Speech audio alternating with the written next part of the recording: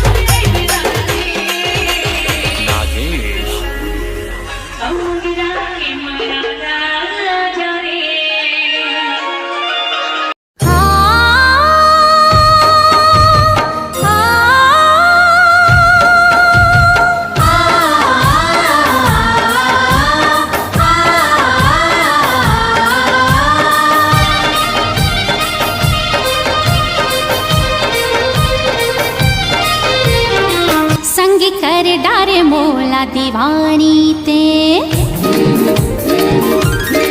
हो संग कर डारे मोला दीवानी ते तोर मीठी मीठी बोली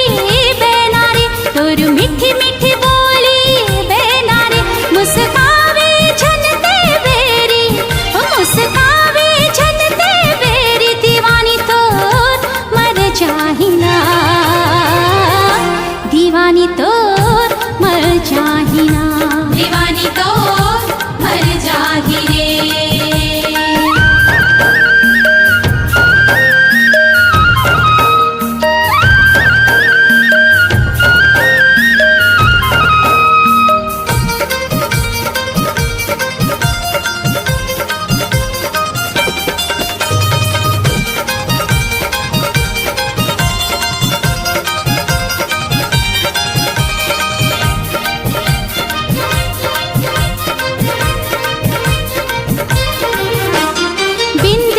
जी नहीं भरे